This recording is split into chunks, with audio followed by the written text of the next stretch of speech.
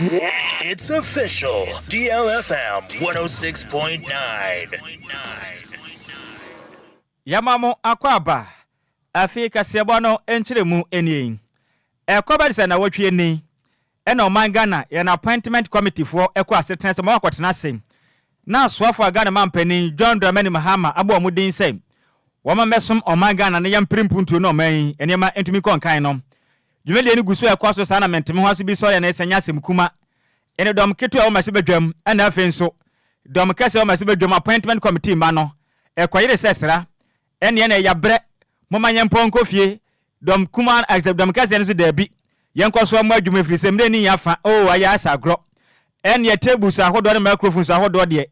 Sabe sensuo bo akasebo. Won papa ne ma se ne ma pa appointment committee nanimu ana nya sem kuma kura. Na tase nsem no to dwape. Ene o man Ghana eyam se bedwuma cha mehene right honorable Kings for Suma na Baben eba bonten ebe ka kire Ghana fo nyina sem mase bedwufo mbo moden etimi kodi sabe se nyina mansem ewa appointment committee nanimu no yentimi ntrase o man Ghana kwa moden akwa sinanim akwa akoto aba apa okobla ne sem onko mase bedwam enko ye mase bedwani enko so me man sabe onko hyamra emfa mo man Ghana ne punto ne kekira na okwa akwa sese o man Ghana japade de asane ma no onso so ni senti ode na watwe makoma mienu ntansa ede to mase bedwafo makoma nan a on de ohunu se wonom ena nan omoso na basabasa ya no esi yenti o kirem se saa ne ma na esi momoden so omunkotena fie na watwe mienu omun se mase bedwam afi so edi anda mo se nimnyamfo anase ho na abo no nso waje ede afiri wodom nsem ensem enkoje nsira ha wo maga na mu a kwaye nsem pi na dem kuma ne kirem se eye mase bedwuma chame no mo ani ni ye efise basaba ya esi ye no eya fanu menu nyina na ba moden ede basabasa na de ba ne senti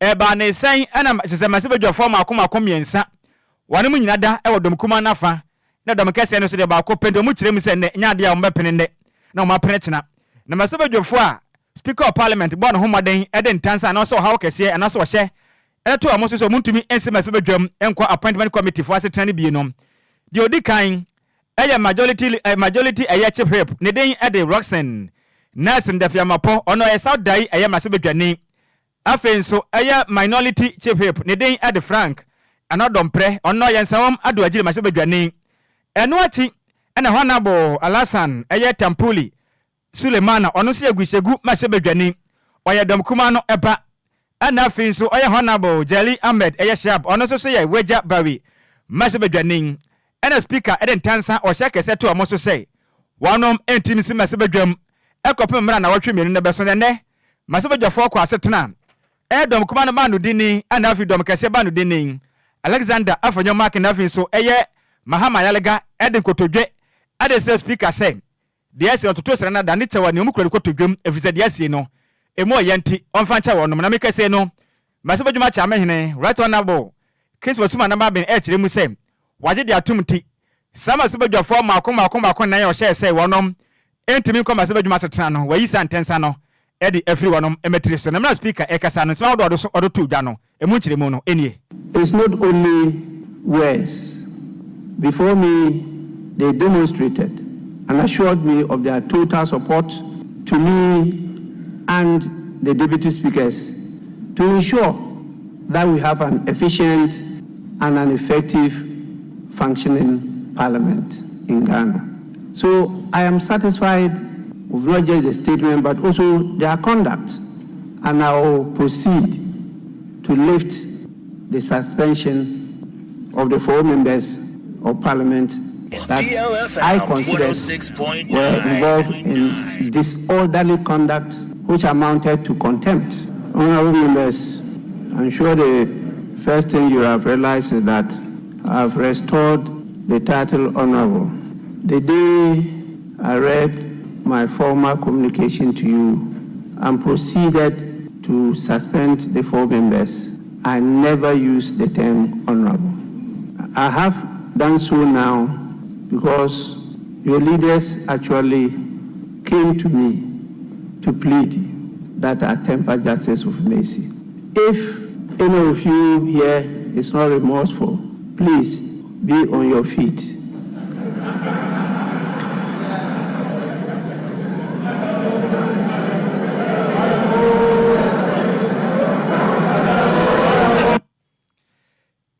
ma se badwuma cha mehere ne kwakra mu no na wasan ho kire mu say oh ayade ha ne pa se dom kuma no ede ntansa edibo appointment committee crack no omu kire mu say oh ye mami wasapa partisanship amanyo sem kwa na oye dwuma de ahye ne senya no wodi ene ma se badwuma cha mehere right honorable Kings for the Babin kire mu senya no kwevi se ye mami no omone na sompa evinsia mako ba ko ba se dunkro ni nto obi akwada na odwuma de a wodim ni senti sansens ma hodo a dom kuma no eka fa ne ho na nya de ya sempa ni senti free ne ko wonum entwe omo ho frɛmfri sa akasa ya hodo a womo edigu a appointment committee crack no animase no ho. The clerk to the appointments committee is a public servant and should not be dragged into the failure of the members of the committee to resolve their differences. This clerk has worked with us for 19 good years and she is one of the best clerks that we have had. Please, you can check from former members of parliament, and she's been at that committee for some time now, not just now. Any awoti ye aya masebedwam acha mehene.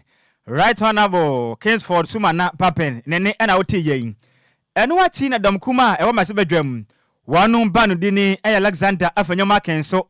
Ede adesre ede to speaker nim ekire mu say. Oda na sepa afenso omujomfu nso nyina de tumefiri say. Onu na ye peni na nke so hweto to niema na dom kuma no entimi kotu sana mo nansanti de ase ni nyina oje tum say niema entimi anko no so di nsem say edo tudwa e o mase bedwam.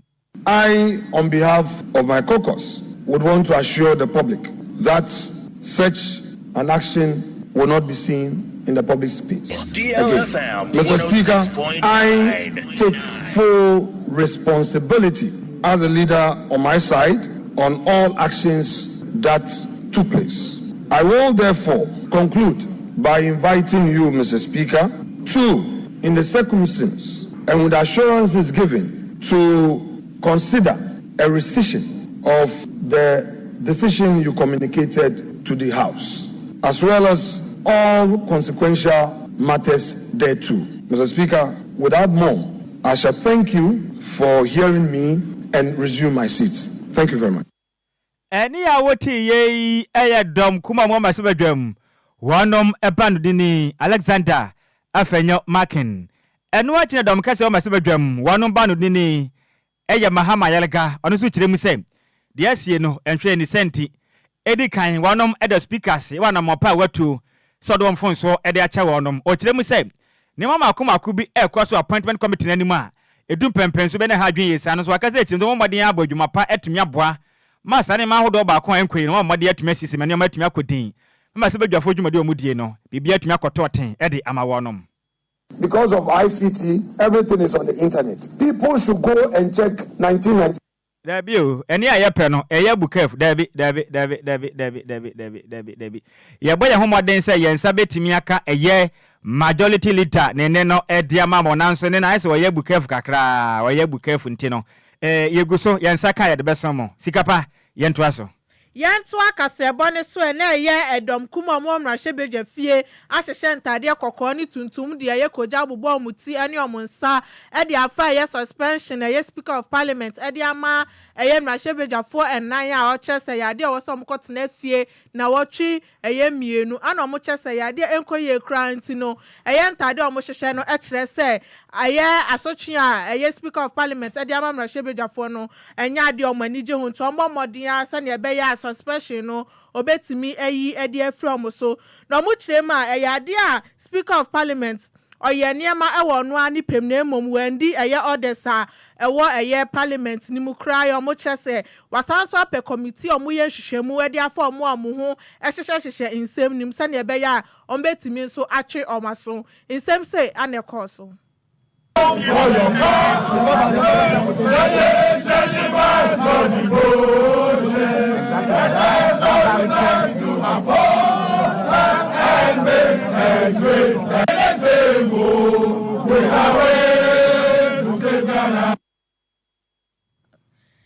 Eni ya wuti ye eye mrahye a omukọ ekoye oye kire ewo eye mrahye fie no omuwie na eye mrahye ni ede ma otafo ye owura Vincent eko enso de nsem etuja. The issue here is that we are resisting oppressors' rule.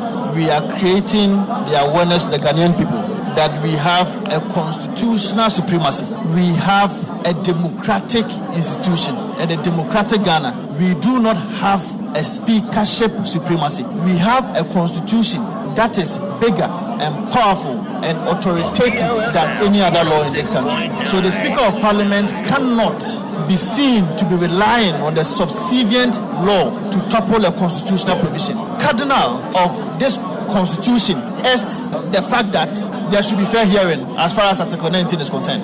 Now, fair hearing, inherent in the fair hearing, is the principle of natural justice, where you have to listen to the other side. We are not in any way supporting what happened. We do not. I condemn it in no certain terms. But I'm saying that even in the face of the wrongdoing, proper procedural approach should be adopted so that we know that indeed we are not in a banana state. Enia utiye mrashebejani edema otafo ora Vincent Eko. Yantwa kasia bono so yane yamfe yani mfanchire mu. Ewa West African Examination Council Trinitia. Eka ne se wayek empanifo ebeto dwa echirem se High Court Adwoa shebeto wono so echire mu se kwen hodo amade Ghana dusunyafo omokotwere wasi nsonhwe no efa so no enya de ekonka ne kwaso maboden etimi Adwoa she ede ato adisunyafo maako 10,520 so echirem se sa candidate no wonom afa kwati kwan so ena twere nsonhwe ne nti wonom nsonhwe ne sunsun so ntumi mabonte mabofra yi entimi enko school na so meka se no eyade a West African Examination Council penifo at the stay of execution akọ ede atia eye Accra High Court echirem se dapi ensma do na tojo na mo sra da sem penifo moden na wonum nyi sa wo hye ne famfiri omo so no moden ama omo kwan na wonom entumi ntena se nhwehwemu kakra se betumi aboa na wonom ehokwan hodo a school form from moden ekotwere nsonhwe kwowie mu no wonom atumi abomoden apa ho pomase brem na meka se no endra da na eye jese ne na eye wada eye opepon boss man so aduasam ena eye court eba ede ohye ebeto wonom so echirem sem school form moden atimi de nsan bepie mu court a court chirem se dabi anamo tu a waya campaign photo no enfam na kwam every say wonom sankwane kwa kwatwere nhwe moden epa jese ne vigilators kohwe wonom so enisima ntumi antena se anye ban anto ban meso bi ko wi ansonhwe mu a na wose wonte ase na mfa results na ma bonten no dia pa na e wa dance dia e kire se nipa no wa bokro no asmo footage mo de camera si wa mo so e kire mu se akola no wa hwe buku ma na ne senti anamo wa ya campaign photo no nyame anim no kure ni emfa mra kwam te mo mo de na nsonhwe no esusuanso na mla bonten na nso make se na wa campaign photo kire mu se da bi court eba ya enka mo de na sa wa dwen fi se de yakwaso no e ya de eba ha wa mu ye pam na mra pani pa wono no ya head of legal affairs edema wa yek no ne den the Reverend Victor Blue echirem sem otosira da sanka be yanka enmanim yada High Court ensanse sa ne dwumadie anase ne susanso de ba bonten ne firi se wo kirem a gine se wase ne etumi mmoa ma wa yek nhyehyeye no ne mantumi nkwanka evise mo frɛ ne bia bɔkɔ ne mmɔde ne mfom fa kwampa so se be betumi ayensa na ho na foforo bi etumi kotu sa na mobon ebiem sansensem we mu nso meka se ne National Union of Ghana Student yetwanitia eka ne se news mpenifa bonten aka se kirem se waya campaign from on na wotwe ba ko pe 1 week ultimatum samumpo en so wani sunsun so mfa mra bonten se mamfa ma ya kire mbe na o maga na mu no enya sem kuma the center opening power no eye executive officer na ono akra so ya president edema ya National Union of Ghana Student ne den ade Daniel Kole Botwe waka se kire mi se enanimu yada na wotwe ba ko pentem na twufre besi mi se waya kefo empanifo amaden amfa nso wani sunsun so ma bonten a asme besi Ghana ha no enya semketoa emfa wo emfa ma waya empanifo no munchire mu no enie. They should release all the results forthwith within a week. Whatever investigations they are doing, they should conclude within a week, because we wrote to them as far back as January 2nd, and from January 2nd till now, it's over a month. They should have enough time to have reviewed all these results by now. They should release it within a week, failing which we are going to commence series of protests occupying their offices nationwide, and we'll make sure that we are going to make it uncomfortable for them. If they cannot do the work, they form the government of Ghana to look for a new examination body. But if they feel they can do the work, then they should do it and do it well. When you are not done, you don't release any results. It should be the last time you should have withheld results. It's either you have cancelled the results or you have released it. And when you cancel it, the people should have addressed, before you cancel it, they should go through the process where they have heard. And even after the cancellation, they should be able to appeal. And those also whose entire results have been cancelled for isolated cases of malpractice, that should be reversed immediately with this particular exam, not subsequent ones. In their reply to us, they have stated that they are committed reviewing the result and their regulations probably in subsequent ones. We are saying that these very students who have written whose entire results, the 483 students. Any awoti executive officer no credit so and a president at the National Union of Ghana Students. You trying to take the news. Openia ne den at the Daniel Kole Buchi nene NOTA. Yantua Kasiabone so na acting CEO at the Environmental Protection Agency, Professor Nana Amakluche, at the Nsama Tuja HSL, or some bomb homodianum de shepa, egu akwemwesa and say, Yadia Galamse no, assess in Sua etneno or Aya Santimantema, a hard ye papa, ewa bro constra share ewa Santimantem no chese, a ye Galamse ya muye, at the bembembe, a ye in Sua, a way a pastor, any. Pastor no wa aye river free and wa twimai inwabie twimai North District ni mu na yade a adwin ye papa esan se ba ne sana insutine no bon sa say omu de ye hwea enya ade a eyeye nti abro ne eye ni team e call inspection no hu say emom yade a nipa no any site on mo ye galamsey no emom wo hwe senior ase na sese ni nsuo na sese na na chese yade a galamsey no ekoso wo hono papa into de ade sedre e de amom ka bia ewom eye na na hema ahemfo ene eye government agencies ne eye Enquires ni na ne say omonka omuhumbom se ne be yom betimi asi eye ohaw yi anokwan sanso no be bomodin a de eye environmental regulations egu akwan mu se ne be ya small medium and large scale for nina ebe bom omodi aso mu be di sa hyehyɛ ne so se ne be ya efo magudi etu na esese eye yem antem no eso ebetimi aba ewie odin sem say etuja Berekese area for A2 good ewo nsuo no mu nti EPA say yebeba na yabehwe na se bi mu da so nsuo no mu se adwuma na de se yede omofa emra kwan mu yebedru ha no ye so obia ha se omo yaman nti e papa mu a yemfa ne se omo Agyei yebesa ba biem anya ha nko an yebeba bebia yebeti se omo mutu efom agudie omo tutu wo nsuom ene nsuo ho bia no yebekọ omo ho akwa na de se ye no Agyei yeba ye hu se omo tutu fom ha bebre se omo tutu gold ni bia na sese ade omo ni ha so omo Agyei asase no se de tie ya se yebehwe na asase no esiesie enti de extra community fo a omo wo bebia yetu gold omo nkabi na mboa ne nsuo omo no ha na firi asase na omo didi so no ha na omo tu gold no yeduane mframa ye home kra no gold ye yetu yi emu dust no omo breathe ebetumi aha omo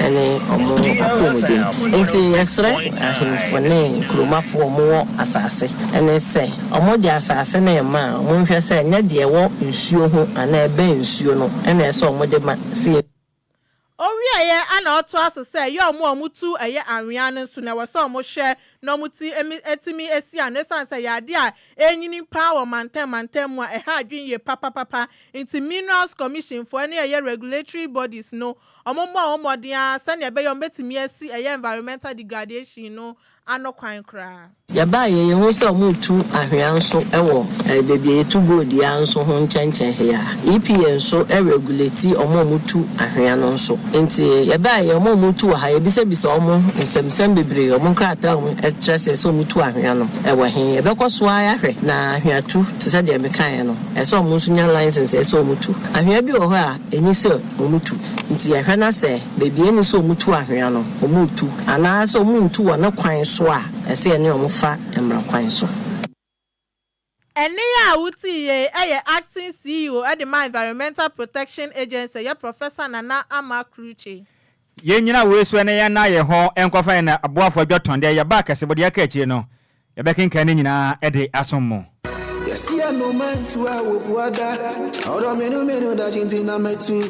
Makwantu ohun eye medadwen nanso me yensem tro ne nti menya adagye ye hwehwemu ekohu Sunday Sam's consult na wonom nti ende metimi ba menya abre ne adagye ekenkan ye investigations about womo na me hu se wo apply for visa assistance a enfeli efri se wonom ewo track records madanse die nie ma me nintrel Sunday Sam's consult edi Britia webi ebeje wo visa ama wo se wo ko United Kingdom, Canada, Dubai, Poland, Croatia, Nafe Kradia, Serbia, any Greece in so abeka ho a work permit etechere. Ma menchire wo mo echere kwan. Sunday Sam's consult ewo Ofanko barrier, Asofan, our Bay Wise Park Hotel, ewo Asofan New Station hono a. Phone number 0244291546. Email address nso samuel626@gmail.com. Yeti ehudi enti, we connect dreams with opportunities. E manenye wadwendwen, frɛ wonom na nso bedi adanse media. DLFM 106.9. Yamamu akwaba afia fa kasebo nko piemu ewo apiemantemu na Eastern Regional Minister Reta Akosua Agyei Agwate ede adesere ne nase kese pa ede amagana mampene John Dramani Mahama so abon homoden etumia pa no se onko badwumaden enkonkwo so madehye a wonom wo apiemantemu Nende yada ayede di kwa akra one Eastern Regional Coordinating Council no eba moden etumidi hye hye ma kyeremu sem ba wa ba no ba bo adwumaden pa enye adwumaden keto ne senti adehye mo apiemantemu ena afenso eye ne staff ono mbedi dwuma titiriu ene Regional Coordinating Council ba no hobaden ase omonka mo ba ko sesabe bo ba ku mu ade ne ma entimi kon kan ye pa emfama wonom ne kasa mu na one jese ne Regional Coordinating Council mpenifo di ahyem na o kyeremu sem ene monto opesu otu no wa ma so oba betata de hia wonu wa piemante ne mom oba so oba besom obaya adwumade abebo mempuntudwuma atimi akoso ewa piemante mu wakasa kyerem se tumi Ghana mampanin John Dramani Mahama de amanin o matata obiara emeye no yodom so obaje obi chabe ne nkwade afri ne na se obi adwuma wo yenti obetata no nani mire obi ne mom oba besom o Ghana titiriu ene ade hia wonum ewo apiemante mu ya mame ane den ede Reta Akosua Agyei awate akasa kyerem se ana montu Ghana mampeni abon homode abonani aboni den no ono so bahwe se ontimi engu nanim ase de biala da obakwaso agye ne nanso abo adwumaden emre eye creativity innovation afinsu growth atimi akoso awa piemantem se betimi abone ye camputu dwuma nso a piemantem ne betimi akonkan ye pa etimi ede ama ade hyen ode ade sere na futo ade ama ade hye momaden ene na de dwuma o piemantem se titiriu ene eye Regional Coordinating Council so momaden enter ndachi watimi ni wakam ona kwana no anyway aye say o chemse dabi sana motuo no ompese obeti bi mo bia mfa yawo emfa hye ne mu unua ya ade a enya bomodin na kase nanim na wonfa nche na afia dwumaden entonkwaso o kyerem se enu betumi aboma piemantem puntu nso ne betumi akonkan ye pam yema me kyerem se ba wa be no abane ya to awe ni senti obi amfa de esi abato na chi nyina fa nto nche baby ne yekoye ne mu no eye mpuntu na Ghana fo nyina print ye mo ye homode se ye nyina beka bomba akotitiriu ena ade hia wa piemante na mo wana mpuntu dwuma etumfa nduma pa emfamfra ewa piemante mu ofa kwanya we so edna se kese de Ghana mampanin John Dramani Mahama so ye ni mo arehye mu na woni ni din se onkwankwa ye piemante mu eso afọ din sem sei ede tuja. I thank His Excellency for entrusting me with this sacred responsibility. I am eager to serve, to learn, and to grow with you. As you welcome me to this new environment, I will also want to take the opportunity to welcome you to a dynamic, result-oriented, and people-oriented regional minister in the person of Mrs. Reta Akosua Agyei. Together, we shall celebrate the beauty of diversity, embracing our individual selves from various backgrounds, culture, and perspectives. Our diversity will be our strength, fostering creativity, innovations, and growth. Let's leverage on our unique experiences and talent to achieve greatness together. I wish to end with this, that I am a leader who enjoys working with teammates, who adhere to ethical standards and moral principles. Let's be honest in our dealing with our colleagues to ensure fairness and a happy working environment. I am not here as a jack of all trades, and so no staff should attempt being one. Let's all allow each other and everyone to play her role, her mandated role, so as to curb bitterness. The campaign periods are over, and there is a need to bring everyone on board for the betterment of the Eastern region. Any awoti ye a payment muswafwa Ghana man penny John Dramani Mahama abon the day the reta Kwadwo Agyei awate the ne na awoti amane boy yensem training continue kofi obo and the fear payment mo ebesmen yenko Facebook na Ghana for adwenche omde aba no yenkin kan bi emfa emamoe we every Richard ahwe na wochirem se kase ebo no life pa ewo betire station na wochirem se Nhyiraba Kwadwo Sammy bi ene Adwoa Agyei Sikapa mu bo adwumaden ye pa ne senti mechia mo pa we every DJ Ghanaman wochire se betire station hodom kase ebo na nam so pa o DLFM anes intinchia kase yenkoma ma ya kopa ya da senior we every Kofi Parliament wochirem se DLFM news ne de papa pa na wochirem se Ghana nyina in fact o se ye bo adwumaden ye pa na wodi free aguna Bobi kuma apa intinchia kase enko enfama ho senior yenso ye da sese wo adwenche nom ede bai bebe yadre sofa na min sofa ahomatrofo na 05340 5019 0593406565 asema dagwa ene say waya kimpani mfu agina to musie kwata ahye say ye mofra na mkotwe nso hwe no enibo mako 10520 wona mo nso hwe no hu sunsuanso na ma bonten kwata ahye say waya ke 4 months hwe no hu sunsuanso na bonten nanso waya ke for at stay of execution dia kwasa dabi womma omumre na mohwehwe mu kakransa eye mpanimfo amoso so eye news mpanimfo abonten abeka ze chirim so mma waya ke mpanimfo na wacho pe sunsuanso na mba bonten ye kire besi Ghana ha no enyo ye kire ketwa ensem wei Ghana ni woti awuso musen enso hwe no ya mofra no ko wi ma wayek ede na moso mo ye ntia every sense hwe no so ye won visitators mo hwe so ede na esi ye ntia mofra no nya kwanya ko wi mu eba ne se na enso hwe no sunsuanso ma bonten Ghana ni asem wei sofa na min sofa vise more than pa ede na wo kan dia fa ho 053406565 05340501919 053405019 na min fa no bia 0534065 45019 053405019 0593406565 hello majo want me enyina so facha me pa facha me wonso obetimi aba 05340 5019 0593406565 obetimi aba waya kefoi ene de mo ne mofra ye de na woka fa we visa mofra no bebre na titifi ene enso hwe ne yenim de yakone de ba hello majo senior good evening we didn't be akasa free Mr. Bompacho me yenteo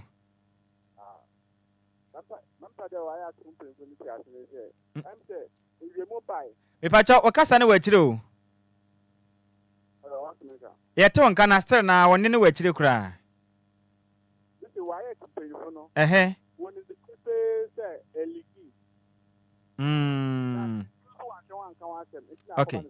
okay ya da se pass wonso obaye hello majo yeah champion pacho ni obi akasa free Pacho ya from Dixon me kasafi betri DJ Ghana man. Oh, champion man himself.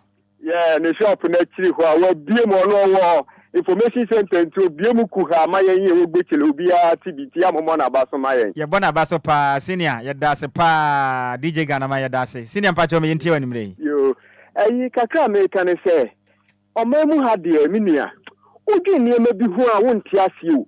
Sabanso tisi no ya hwe ayeso omo ye no ayeso omo de omo bro mraso omo nso mraso na emum se di ordinary citizen ne dia na onde die ye mani ko ye wana na di mra na so ni mu na emum na ban penifo na omo hwe mra ne so ne di omo de se omo ye boni a omo de na mra ne job enkola no so omo wia wa ye ke no ma ye more practice ne niema mo vigilators no abani fa mu tua mo kase mo nkohwe enkola ma sa de ni nsi and she's a masha masadi nesia. And so almost a chill maso. Next you again and colani no my phone brand the teachers need to know the intention, vigilation form.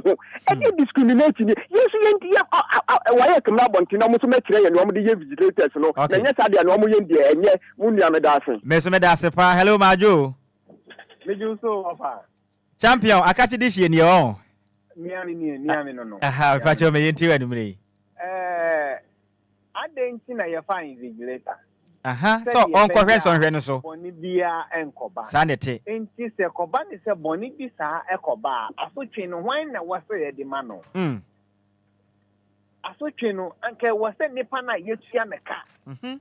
Ya bondupa, it's yanaka. Sir, Uncle Share and Qualano so said the Baya Bonibia Mano, Sandy Pano, and there was a switching no commano. Oh, and she thought that I almost said Bianco Capapa and Gitcher the moon, but a switching no penino moment there was a common cassica. okay. What I made as a pa. Yen so yet that's a passer one so or bus so. Yamrana Suntia Frefo the best Remwata, Yentimi and Fafrefo no ebimu. Kaseboni ejina wesi ya bunukomi se pon na minti we infri hanamo we every minister chere maten or say ono no oye MP no the free PS group no chim se kasebona ye papa ya dase na Delek ayete nso chere say good evening senior yenso ya dase pa ya dase se monso mo ka ye ho ewa kasebonu mu na kasebomu se mufo no eye maize mebe entry ene se mo ede ma ye kuvite de kopie mo ewo abefon tentane Facebook nso ma wo so nya kasebonu bi ehwe ede ma yen enani mienu ebesuma numere no edi ameje so Kwadwo ni Adwoa Nhyiraba Kwadwo Sammy bi mene Adwoa Agyei Sikapa ya sasuma pakaji eta betnase na kopama so nsema enkansu ya tenase edi aso mu bibia mu eni tia adehye DL News.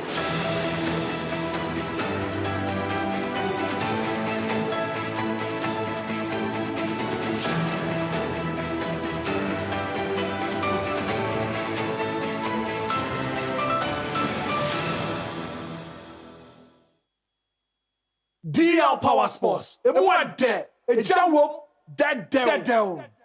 DL Power Sports. What there? A jawom that down. Ebusia enana wi mayen samo